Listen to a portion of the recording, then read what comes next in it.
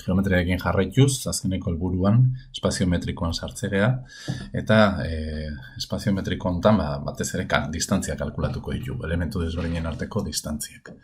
Lehenengo kasua izango da, sinpleena, bi puntuen arteko distantzia kalkulatuko duguna.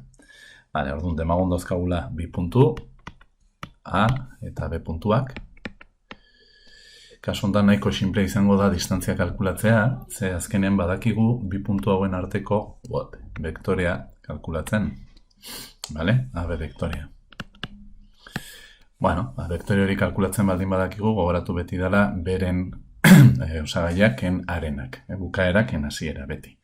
Barduan, formulak adierazten duen bezala, bi puntuen arteko distantzia, A eta B arteko distantzia izango da vektore horren, AB vektorearen moduloa. Eta modula badakigu kalkulatzen. Errokarratu, lehenengo osagaia berbi, bigarrena berbi, hirugarrena berbi. Gogoratu bakarri bukaeran beti emaitza jartze baldin baizue, ezagitzen bat badibidez, 9 izango balia, unitate jarriko diogula, zen matematikan ez dugu espedifikatuko mentimetro, zentimetro, metro edo zer diren, baizik eta azalerakin integraletan egiten genuen bezala unitateak jarriko ditugu. Ondo da.